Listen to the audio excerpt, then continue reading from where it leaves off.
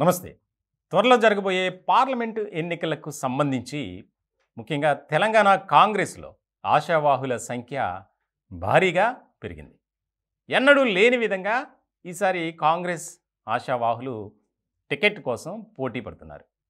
ముఖ్యంగా తెలంగాణలో రాజకీయ సమీకరణాలు, పరిణామాలు మారాయి. ముఖ్యంగా అధికారంలోకి రావటం, అలాగే రాష్ట్రంలో ఉన్నటువంటి ప్రజలంతా కాంగ్రెస్ పార్టీకి ఒక రకమైనటువంటి మద్దతు ఇస్తున్నారు. ఇటువంటి నేపథ్యంలో త్వరలో జరగబోయే 17 లోక్సభ స్థానాలకు సంబంధించి కాంగ్రెస్ పార్టీ అప్లికేషన్స్ని ఇన్వైట్ చేసింది. దానికి సంబంధించి 17 నియోజకవర్గాలకి 309 మంది అప్లై చేసుకున్నారు. అందులో రాజకీయ ప్రముఖుల బంధువులు, కుమారులు, కుమార్తెలు, అలాగే వ్యాపార రంగానికి సంబంధించిన వారు, సినీ రంగానికి సంబంధించిన వారు కూడా ఉన్నారు. వీరిలో 309 అప్లికేషన్స్కి సంబంధించి పిఈసి సమావేశం జరిగింది. అంటే ప్రాదేశ్ ఎలక్షన్ కమిటీ ముఖ్యంగా దీనిలో చాలా కీలకమైనటువంటి నిర్ణయాలు తీసుకున్నారు. ముఖ్యమంత్రి రేవంత్ రెడ్డి అధ్యక్షతన జరిగింది. దీనికి సంబంధించి ఈ 309 మంది ఆశావాహుల్లో 60 మందిని సెలెక్ట్ చేస్తూ, అంటే ఒక్కొక్క నియోజకవర్గానికి 2, 3, 4, 5, 6 కొన్నిటిలో కూడా ఇట్లా సెలెక్ట్ చేశారు. సెలెక్ట్ చేసి ఆ జాబితాను సీల్డ్ కవర్లో అధిష్టానానికి పంపించే పనిలో ఉన్నారు. ఇప్పుడు ఇది కీలకంగా మారింది తెలంగాణ కాంగ్రెస్లో. ముఖ్యంగా ఖమ్మం పార్లమెంటు స్థానానికి సంబంధించి 6 సెలెక్ట్ చేశారు. అలాగే భువనగిరికి 5, సికింద్రాబాద్కి 5, మిగతా చోట్ల 4, 3, 2, 1 ఇట్లాగా 2 స్థానాలు పరిమితం. ఇట్లాంటి సందర్భంలో ఆశావాహులు చాలా ఆశతో ఎదురు చూస్తున్నారు. త్వరలోనే దానికి సంబంధించి అధిష్టానం నుంచి ఒక రకమైనటువంటి ప్రకటన రాబోతుంది. ఇప్పటికే ముఖ్యమంత్రి రేవంత్ రెడ్డి గారు దీనికి సంబంధించి అధిష్టానంతో చర్చలు జరిపారు. ముఖ్యంగా మనం సెలెక్ట్ చేసినటువంటి పేర్ల తాలూకు, అంటే కాంగ్రెస్ పార్టీ వర్గాల ద్వారా మనకు వచ్చినటువంటి సమాచారాన్ని నేను మీకు ఒకసారి వినిపించే ప్రయత్నం చేస్తా.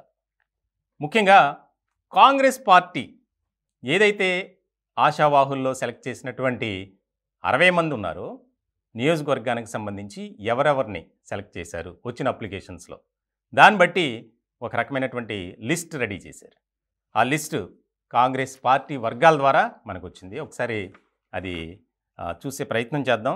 ముఖ్యంగా వరంగల్ ఇది ఎస్సీ రిజర్వ్డ్ కాన్స్టిట్యున్సీ పార్లమెంటుకు సంబంధించి ఇక్కడ 3 పేర్లను సెలెక్ట్ చేసింది కాంగ్రెస్ పార్టీ. అంటే రాష్ట్రానికి సంబంధించిన కాంగ్రెస్ పార్టీ పిఈసి, అంటే ప్రాదేశ్ ఎలక్షన్ కమిటీ ఒకటి ఉంది. దానికి సంబంధించి సుదీర్ఘమైనటువంటి చర్చలు జరిగిన తర్వాత అక్కడ ఉన్నటువంటి పరిస్థితులు, నియోజకవర్గంలో ఉన్నటువంటి సమీకరణాలు, సామాజిక వర్గాల నేపథ్యంలోనే ఇక్కడ సెలక్షన్ అనేది జరిగిందని ఒక వార్త అయితే మనకి వచ్చింది. ముఖ్యంగా వరంగల్కి సంబంధించి చూస్తే సర్వే సత్యనారాయణ, మోత్కుపల్లి నరసింహులు, సిరిసిల్ల రాజయ్య ఈ 3 హోరాహోరీగా పోటీ పడుతున్నారు. మరి 3లో అధిష్టానం ఎవరిని సెలెక్ట్ చేస్తుంది అనేది ఇక్కడ కీలకంగా మారింది. అలాగే నాగర్ కర్నూల్ సంపత్ కుమార్, మల్లు రవి, చారకొండ వెంకటేష్ ఇక్కడ కూడా పోటీ తీవ్రంగానే ఉందని చెప్పాలి. అలాగే ఆదిలాబాద్ ఇది ఎస్టీ కాన్స్టిట్యున్సీ, నరేష్ జాదవ్, సేవాలాల్ రాథోడ్ ఇక్కడ 2 పోటీ పడుతున్నారు. 2లో ఎవరికొకరికి అవకాశం దక్కుతుంది. అలాగే మహబూబాబాద్ ఇది కూడా ఎస్టీ రిజర్వ్డ్, బలరాం నాయక్, బెల్లయ్య నాయక్, విజయాబాయి ఇక్కడ కూడా 3 పోటీలో ఉన్నారు. 3 కూడా హేమీలే, ఎంపీలుగా గతంలో పనిచేసిన వారే. అలాగే ఖమ్మం సంబంధించి ఇది చాలా హాట్ టాపిక్గా మారింది ఫస్ట్ నుంచి కూడా. ఇది జనరల్, ఇక్కడ మొదటి ప్రాధాన్యత సోనియా గాంధీ గారికి ఇవ్వాలని చెప్పి సమావేశంలో ఒక నిర్ణయానికి వచ్చారు. ఆ నియోజకవర్గానికి సంబంధించి మొదటి పేరు ఆమదే పెట్టారు సోనియా గాంధీ, 2 రేణుకా చౌదరి, 3 పొంగులేటి ప్రసాద్ రెడ్డి, ఈయన పొంగులేటి శ్రీనివాసరెడ్డి ఎవరైతే మంత్రి ఉన్నారో ఆయన సోదరుడు. అలాగే విహెచ్ మల్లు నందిని, 6 రాజేంద్ర ప్రసాద్. ఇక్కడ చాలా కీలకంగా మారినటువంటి అంశం.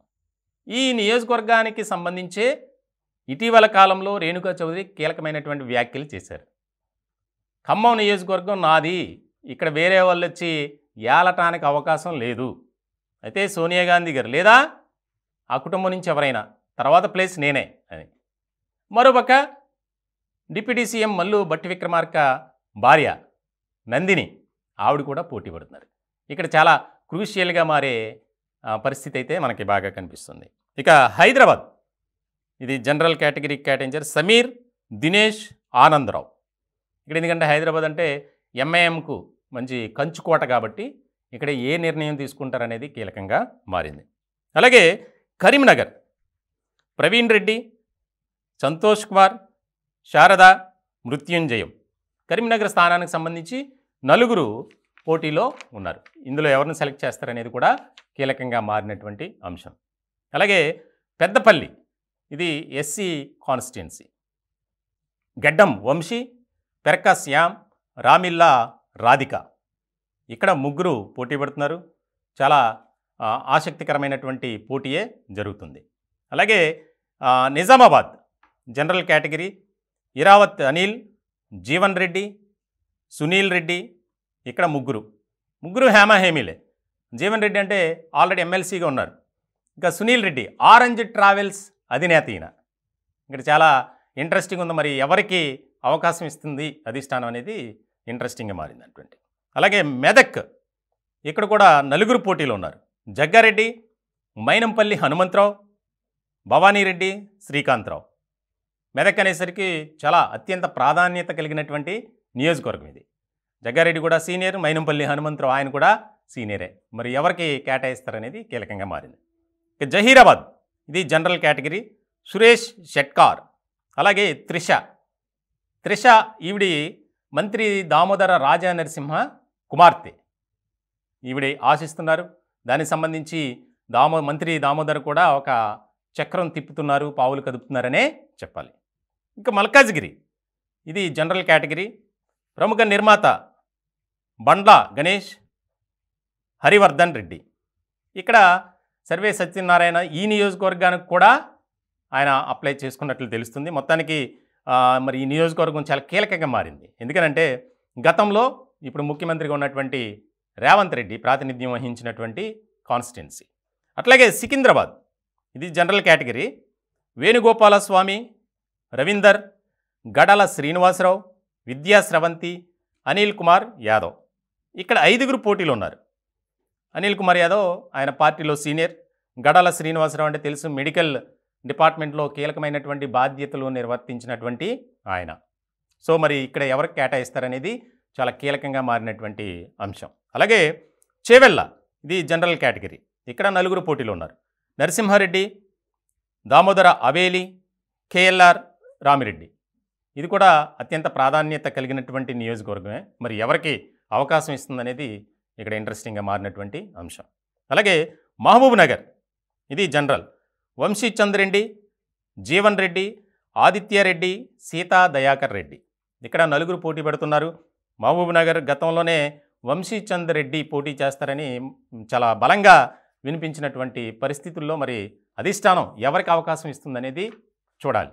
అట్లాగే నల్గొండ జనరల్ కేటగిరీది, జానారెడ్డి, రఘువీర్ రెడ్డి, పటేల్ రమేష్ రెడ్డి. ఇక్కడ మాత్రం చాలా ఆసక్తికరమైనటువంటి పోటీయే ఉంటుంది. ఎందుకంటే జానారెడ్డి ఆయన సీనియర్ పార్టీలో, ఆయన కుమారుడు కూడా టికెట్ ఆశిస్తున్నారు. పటేల్ రమేష్ రెడ్డి, ఇక ఈయన గురించి ప్రత్యేకంగా చెప్పేదేం లేదు. ఆయనకి లాస్ట్ మినిట్లో ఛాన్స్ పోతుంది. ఇలాంటి సందర్భంలో గతంలో సూర్యాపేట నియోజకవర్గానికి సంబంధించి వేరే వారికి టికెట్ కేటాయించడం పట్ల ఆయన అసంతృప్తితో ఉన్నారు. పార్టీని వీడే ఆలోచన కూడా చేసిన సందర్భంలో రాష్ట్రానికి సంబంధించినటువంటి కాంగ్రెస్ నేతలు ఆయన నివాసానికి వెళ్ళి రిక్వెస్ట్ చేశారు, పార్టీలో ఉండండి, బయటికి రావద్దు, మీకు వచ్చే పార్లమెంట్ ఎన్నికల్లో ఏదో ఒక స్థానం నుంచి ఖచ్చితంగా ఉంటుంది అవకాశం అంటే అప్పుడు ఆయన నల్గొండ కోరినట్లు అప్పుడే ప్రామిస్ చేసినట్లు కూడా బాగా వార్తలు వచ్చాయి. మరి ఇలాంటి సందర్భంలో ఇక్కడ హేమాహేమీలు పోటీ పడుతున్నారు. ఒకవేళ జానారెడ్డి కుమారుని పక్కన పెట్టినా జానారెడ్డికి ఇవ్వాలి, ఇక్కడ పటేల్ రమేష్ రెడ్డి, ఇద్దరి మధ్య మరి ఏ రకమైనటువంటి సయోధ్య కుదురుస్తారనేది ఇక్కడ కీలకంగా మారింది. ఇక 17వ నియోజకవర్గం last Bhuvanagiri general category, Chamala Kiran Kumar Reddy, Teenmar Mallanna, Kailash Netha, Keerthi Reddy, సూర్య, పవన్ రెడ్డి. భువనగిరి కూడా పోటీ ఎక్కువగానే ఉంది. అంటే 5గురు పోటీలో ఉన్నారు. చాలా ఇంట్రెస్టింగ్గా మారింది. తీన్మార్ మల్లన్న ఇటీవల ఆయన పార్టీలోకి వచ్చారు. మరి కాంగ్రెస్ పార్టీ నాకు అవకాశం ఇస్తుందని ముందే చెప్పింది, కాబట్టి నేను పోటీలో ఉన్నానని చెప్పి గత కొంతకాలం ఆయన సీనియర్ జర్నలిస్ట్గా ఉన్నారు. ఆయనకు అవకాశం ఇస్తుందా మరి ఎవరికనేది ఇక్కడ కీలకంగా మారినటువంటి అంశం. మొత్తానికి ఈ 309 మంది ఆశావాహుల్లో 60 మందిని కేటాయించినటువంటి ఆ కమిటీ ఏదైతే ఉందో ఆ కమిటీ ఒక సీల్డ్ కవర్లో పేర్లను అధిష్టానానికి పంపిస్తుంది. అక్కడ నుంచి మళ్ళీ ఒక రకమైనటువంటి సమావేశం, దానికి సంబంధించి తుది కసరత్తు పూర్తయిన తర్వాత అభ్యర్థులు ఎవరు అనే దాని మీద ఒక క్లారిటీ ఇచ్చే అవకాశాలు స్పష్టంగా కనిపిస్తున్నాయని చెప్పాలి. ముఖ్యంగా ఖమ్మం నుంచి, అలాగే భువనగిరి, సికింద్రాబాద్ ఈ 3 స్థానాల్లో ఖమ్మం అయితే 6గురు ఉన్నారు. మిగిలిన భువనగిరి, సికింద్రాబాద్లో అయితే 5గురు చొప్పున ఉన్నారు. సో చాలా ఇంట్రెస్టింగ్గా మారింది. అందరూ సీనియర్లే, రాజకీయ ప్రముఖులే, వారి కుమారులు ఉన్నారు, పారిశ్రామిక రంగానికి సంబంధించిన వారు ఉన్నారు, సినీ రంగానికి సంబంధించిన వారు ఉన్నారు. ఎవరి వర్గానికి సంబంధించి వారు పైరవీలు మొదలుపెట్టేశారు. ఇట్లాంటి సందర్భంలో ఏం జరుగుతుంది ఏంటి అనేది చాలా ఆసక్తికరమైనటువంటి పరిణామంగా ఉంటుంది.